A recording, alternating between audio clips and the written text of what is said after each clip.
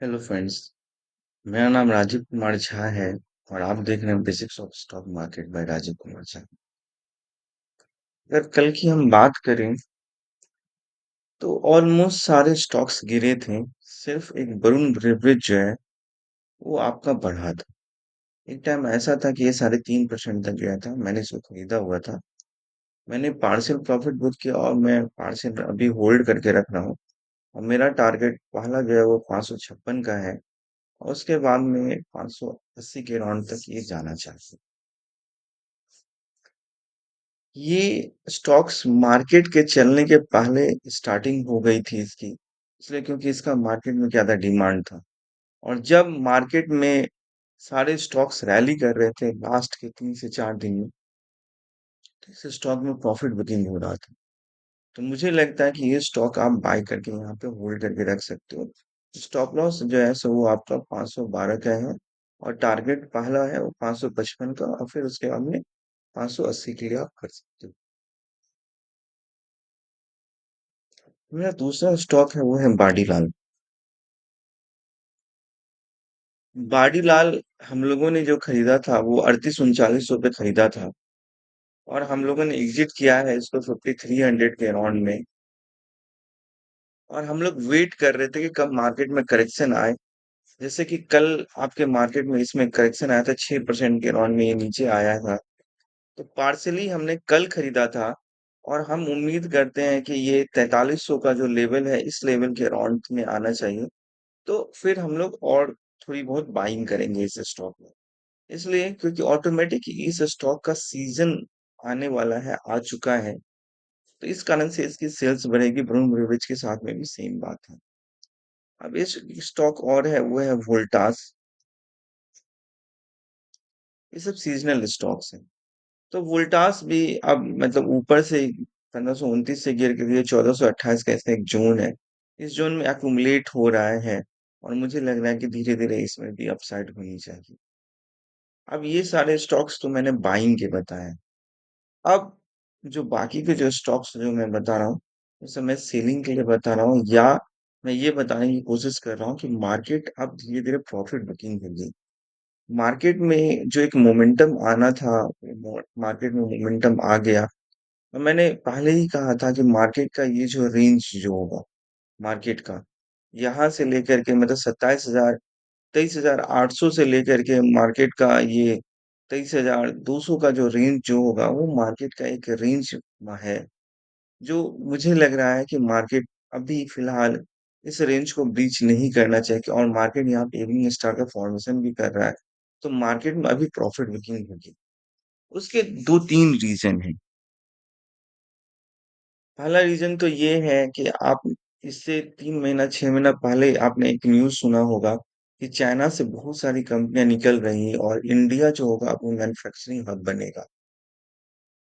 But government को वो infrastructure पे जो पैसे खर्च करने थे उनको, ये सारी फैसिलिटी जो उन कंपनियों को देनी थी, गवर्नमेंट ने उन चीजों से अपना हाथ खींच लिया। तो जो इंडिया का मैन्युफैक्चरिंग हब बनने का सपना था वो तो सपना टूट गया। हाँ। दूसरा चीज ये है कि अगर आप बात करोगे तो थोड़ा सा इन्फ्लेशन हमारा कम हुआ है। और मैंने इसी इन्फ्लेशन को कम होने के लेकर के मैंने यहाँ से सबको बोला था कि 23,571 से आप बाय कर सकते हैं। आप इधर इंडॉक इंडेक्स आप बाय कर लो, या आप सीधा सा है आप ईटीएफ बाय कर सकते हो, या उससे भी अच्छी चीज तो मैंने ये कहा कि अगर आपको ये सारी चीजें नहीं बाय करनी है तो आप स्टॉक्स बाय करो। और मैंने ब्रून ब्रिवेज बोला था आप बाय करिए, मैंने वोल्टास बोला था बाय करिए, मैंने बाडीलाल बोला था बाय करने के लिए। और उसके बाद में अदर जो भी स्टॉक्स थे, इधर वो रिलायंस था, इधर वो इन्फोसिस था, इधर वो एचडीएफसी बैंक था, कोटक था, बजाज फाइनेंस, आईसीआईसीआई जो भी था, मार्केट के मोमेंटम में सारे स्टॉक्स चले हैं। और अब मैं यही चीज आपको दिखाने की कोशिश कर रहा हूँ कि अगर आप किसी स्टॉक को देखो, जैसे पहला कोटक बैंक। कोटक बैंक एक न्यू हाई की ओर आपका मार्केट में जब मोमेंटम आई है, इसने आपको 2000 के लेवल को क्रॉस किया और ये 2200 तक के लेवल के पे गया। और यहाँ से अब क्या है, प्रॉफिट बुकिंग हो रही है।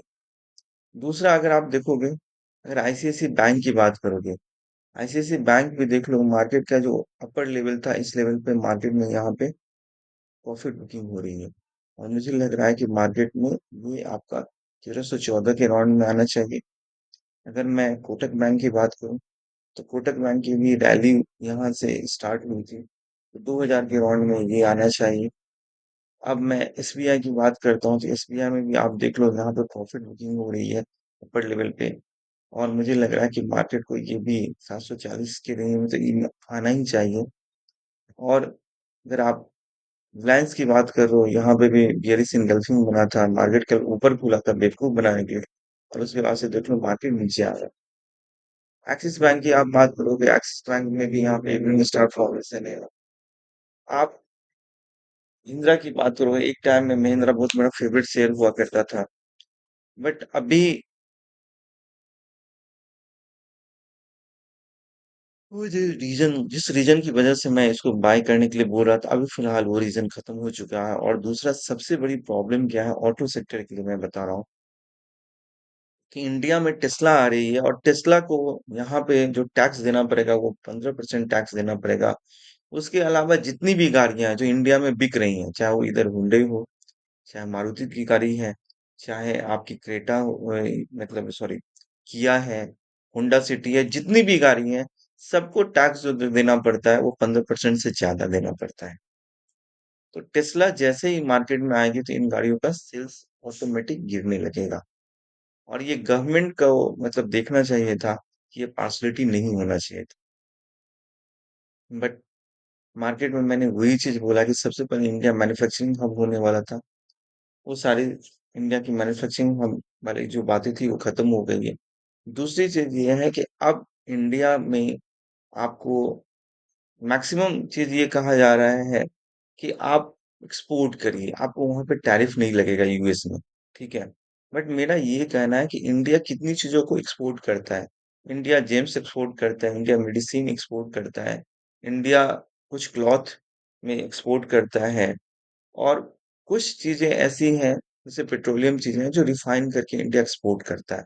बट अगर आप देखोगे तो इंपोर्ट और एक्सपोर्ट के बीच का जो डिफरेंस है काफी ज्यादा है। मतलब ये है कि इंडिया एक्सपोर्ट कम करता है और इंपोर्ट ज्यादा करता है। तो इसका मतलब है कि आप हमें एक्सपोर्ट पे छूट भी दे रहे हो कि वहां पे टैरिफ नहीं लगाएंगे, तो भी वो हमारे लिए बेनिफिशियल नहीं होगा। और इंडियन जो इकोनॉमी है वो इंडियन इकोनॉमी और धीरे धीरे पिछड़ेगा। तो इस चीजों पे ध्यान रखें। अगर आप निफ्टी की बात करते हैं तो मुझे ऐसा लगता है कि निफ्टी का अगर मैं लेवल जो मैं देख रहा हूँ, तो यहाँ पे एक गैप तो आपका था ही, तो यहाँ पे इस जोन में तो मार्केट आपका 23,780 का एक यहाँ पे ये जोन है, यहाँ पे आएगा। और उसके बाद में मुझे लगता है 23,000 के राउंड में मार्केट एक बार आपको दिखाएगा। हालांकि मार्केट जो है सो ऐसा नहीं है को एट रैंडम एक बार में वो फॉल करता है, वो धीरे धीरे मार्केट में फॉल आती है। दूसरी, अगर आप सेंसेक्स की बात करोगे तो सेंसेक्स में भी मेरा यही कहना है कि पहले 76,600 का है, और फिर उसके बाद में मार्केट 75,480 का, चूंकि स्टॉक स्लाइड कर रहे हैं। मैं इसलिए देखिए, मैं आपको हमेशा बोल रहा हूँ, मैं ये लेवल बोल रहा हूँ, बट ये भी तो हो सकता है कि आज स्टॉक में बाइंग आ जाए। तो स्टॉक में अगर बाइंग आएगी तो ऑटोमेटिक ये चीजें क्या हो जाएंगी, रिवर्स हो जाएंगी। तो मैं हमेशा इसीलिए बोलता हूँ कि सबसे पहले अगर आपको किसी को भी अगर ऑप्शन में काम करना है, तो सबसे पहले उसे स्टॉक पे काम करने आना चाहिए। अगर वो इंट्राडे में स्टॉक्स में पैसे कमा सकता है, पैसे को मतलब स्टॉक्स में वो चर्निंग कर सकता है कि कब मुझे कोई स्टॉक बाय करना है, कब मुझे कौन सा स्टॉक सेल करना है, तभी जा करके आपको वो चर्निंग इंडेक्स में आएगा। क्योंकि आपको पता है कि स्टॉक्स नहीं चल रहे हैं तो ऑटोमेटिक क्या है, इंडेक्स गिरेगा। और इंडेक्स अगर चल रहे हैं तो ऑटोमेटिक क्या है, आपके सॉरी, तो स्टॉक्स चल रहे हैं तो ऑटोमेटिक क्या है, इंडेक्स चलेगा। बस इतनी सी ही बात है। अगर मैं अल्ट्राटेक सीमेंट की बात करूँ तो ये अभी एक जून में यहाँ पे फंसा हुआ है, बट यहाँ पे भी एक गैप है, तो यहाँ पे हो सकता है कल प्रॉफिट बुकिंग जो नहीं हुई थी वो हो सकता है यहाँ पे आज हो। और मैं फिर बैंक निफ्टी की बात करूंगा। बैंक निफ्टी, आप बिलीव नहीं करेंगे, ये एक दो तीन दिन की जब ये रैली हुई थी तो मैंने सारे बैंकिंग स्टॉक्स के पीसीआर रेशियो चेक किए थे। और वो आपका मार्च का सेकंड लास्ट वीक था, और सारे पीसीआर रेशियो में पुट की तरफ बहुत ही ज्यादा संख्या बढ़ी हुई थी। मतलब, और मैं वॉल्यूम देख रहा था, ट्रेडिंग का वॉल्यूम जितने भी बैंक स्टॉक थे, वो सारे बैंक स्टॉक्स में जो है आपके वॉल्यूम बहुत ज़्यादा मतलब ट्रेडिंग हो रही थी, तो इट मीन्स ये था कि वहाँ पे डिलीवरी उठ रही थी। तो यहाँ पे 2 चीज़ें हैं, मार्केट गिरा हुआ था, डिलीवरी उठ रही है, आपके पीसीआर रेशियो आपको बता रहे हैं और तीसरा सबसे बड़ा चीज़ ये था कि 9 तारीख को आपका एक रेट कट होने की उम्मीद है अप्रैल को। तो ये सारी चीज़ें जो बता रही थी, वो ये बता रही थी कि मार्केट में एक मोमेंटम आएगा।